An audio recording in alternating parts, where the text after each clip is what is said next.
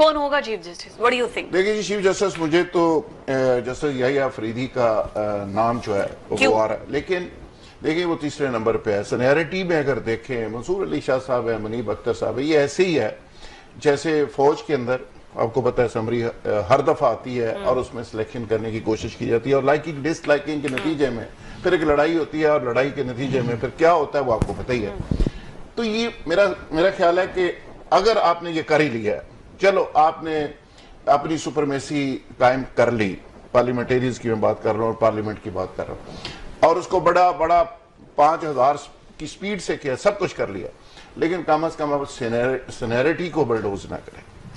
سینیرٹی کو سامنے رکھیں گے تو کم از کم اس کی ایک عزت رسپیکٹ رہے گی. عدلیہ کی عزت رہنا بہت ضروری ہے، مسئلہ کسی ایک شخص کا نہیں ہے. راج صاحب اگر سینیورٹی بیس پہ ہی کرنا تھا تو پھر کیا تھا؟ وہ تو چل رہا تھا سسٹم. وہ بات آپ کی صحیح ہے، لیکن میں خواہش تو کر سکتا ہوں، خواہش کا اظہار تو کیا جا سکتا ہے، کرنی تو انہوں نے اپنی مرضی ہے.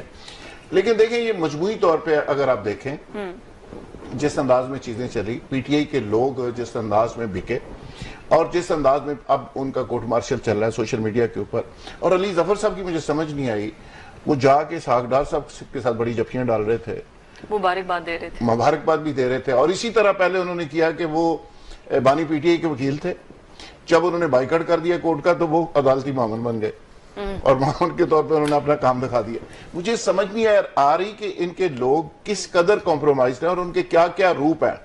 وہ کہاں جا کے کوئی چھرا مار رہا ہے، کوئی کچھ کر رہا ہے، کوئی بانی پی ٹی آئی کو کسی طرح نقصان پہنچا رہا ہے.